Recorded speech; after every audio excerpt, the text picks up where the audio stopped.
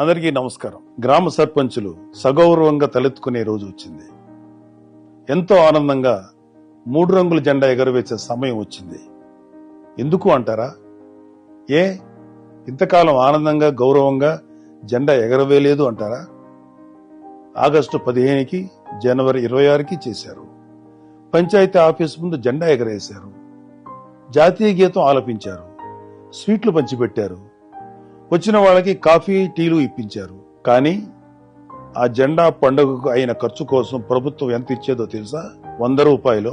పెద్ద పంచాయతీ అయితే 250 రూపాయలు అంతే. ఇదేమిటి మరి ఇంత తక్కువ అని మాత్రం ఆశ్చర్యపోవద్దు. 34 సంవత్సరాల కిందట నిర్ణయించిన మొత్తాలని ఈ ఏడాది జనవరి 26 రిపబ్లిక్ డే వరకు ఇస్తూ వచ్చారు. స్వాతంత్ర దినోత్సవానికి రిపబ్లిక్ డేకి అయ్యే ఖర్చుల కోసం ఎంతో కొంత సర్పంచుల జోబు నుంచో అప్పో సొప్పో చేసి కానిచ్చేవారు. అయితే సర్పంచులు సగౌరవంగా జెండా ఎగరవేసేలాగా రాష్ట్రంలో ఎన్డీఏ ప్రభుత్వం నిర్ణయం తీసుకుంది. మైనర్ పంచాయతీలకు 10,000 రూపాయలు, మేజర్ పంచాయతీలకు 25,000 రూపాయలు ఇస్తున్నట్లు ప్రభుత్వం జీవో ఇచ్చింది. గ్రామాల గురించి, గ్రామాల బాగోగుల గురించి నిరంతరం ఆలోచించే నాయకుడు ఉంటే మార్పులు ఎంత సానుకూలంగా మొదలవుతాయనడానికి ఇదొక మచ్చుతునక. రాష్ట్ర ఉప ముఖ్యమంత్రి శ్రీ పవన్ కళ్యాణ్ గారికి గ్రామాల సర్వతోముఖాభివృద్ధి చేయాలనే తపన ఉంది.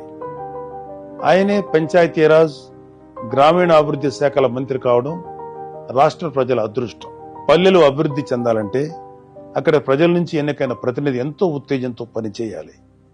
ప్రజలకు సేవలు అందించాలి. గ్రామ ప్రథమ పౌరుడిగా గౌరవంగా ముందుకు వెళ్లాలి. పంచాయతీలు అతనికి గౌరవాన్ని సూచించే వేడుకల్లో ప్రధానమైనవి స్వాతంత్ర దినోత్సవం, రిపబ్లిక్ డే. గ్రామాలకి ప్రథమ పౌరుడు సర్పంచ్ చేతుల మీదుగానే జెండా పండుగ నడుస్తుంది.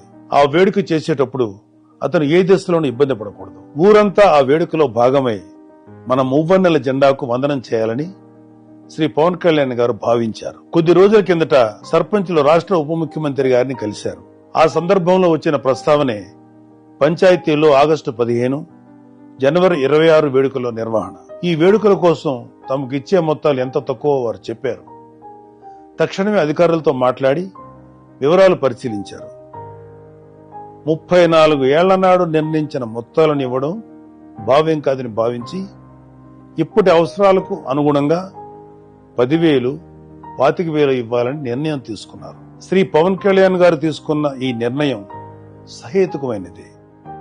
పల్లెల్లో నేటి తరానికి, రేపటి పౌరులకు స్వాతంత్ర దినోత్సవ ప్రాధాన్యం, విశిష్టత తెలియాలంటే 15 ఆగస్టు పండగకు ముందు నుంచే గ్రామాల్లో, అక్కడ పాఠశాలల్లో ఒక ఉత్సవ ఏర్పాట్ల హంగామా ఉండాలి. అందుకోసమే విద్యార్థులకు వ్యాసరచన, క్విజ్, డిబేట్ లాంటి పోటీలు, ఆటల పోటీలను పంచాయతీల ఆధ్వర్యంలో చేపట్టమని చెప్పారు. ఇలా చేయడం ద్వారా విద్యార్థుల్లో ఆరోగ్యకరమైన పోటీతత్వం, మన దేశం కోసం పోరాడిన స్వాతంత్ర సమరయోధుల త్యాగాలు తెలుస్తాయి. అలాగే పంచాయతీల ఆధ్వర్యంలో ఈ పోటీలు నడుస్తున్నాయంటే వాళ్ళకి స్థానిక సంస్థలంటే ఏంటి, పంచాయతీలు ఎలా ఉంటాయో తెలుసుకోవాలనే కుతూహలం మొదలవుతుంది. క్రమంగా వాళ్ళకి స్థానిక సంస్థల పాలన, ప్రభుత్వ విధానాల గురించి అవగాహన ఏర్పడుతుంది. ఆగస్టు 15 నాడు గ్రామంలో ఉన్న స్వాతంత్ర సమరయోధులు కావచ్చు, మిలిటరీలో పనిచేసిన వాళ్ళు కావచ్చు, వారిని పంచాయతీ ఆఫీస్కి ఆహ్వానించి సత్కరిస్తారు. వారితో పాటు పారిశుద్ధ్య కార్మికులను గౌరవించుకుంటారు. ఇలా అందరినీ ఒకే వేదికపైకి తీసుకురావడం ద్వారా పంచాయతీ వ్యవస్థను బలోపేతం చేసుకునే అవకాశం ఏర్పడుతుంది. శ్రీ పవన్ కళ్యాణ్ గారు తీసుకున్న ఒక గొప్ప నిర్ణయంతో అందరూ పల్లెల గురించి, స్థానిక సంస్థల విలువ గురించి మాట్లాడుకునే శుభ సమయం వచ్చింది. భావి భారత పౌరులకు, మన కోసం త్యాగాలు చేసిన వారిని ఎంత శ్రద్ధగా స్మరించుకోవాలో తెలుస్తుంది. అంతేకాదు, మన ముంగిట ఉన్న పాలనా వ్యవస్థ అయిన పంచాయతీల గురించి, వాటి పనితీరు గురించి కూడా తెలుస్తుంది. అలాగే ప్రజలందరూ ఈ పంచాయతీల్లో జరిగే జాతీయ పండుగల్లో సందడిగా పాల్గొనడం ద్వారా తమ ఊరు బాగోగుల గురించి మాట్లాడుకునే ఒక వేదిక లభిస్తుంది. ప్రజల గురించి, పల్లెల గురించి ఆలోచించే నాయకుడు ఉంటే బహుముఖంగా ప్రయోజనాలు చాలా మంచి నిర్ణయాలు వెలువడతాయి. అవి వెంటనే అమలవుతాయి.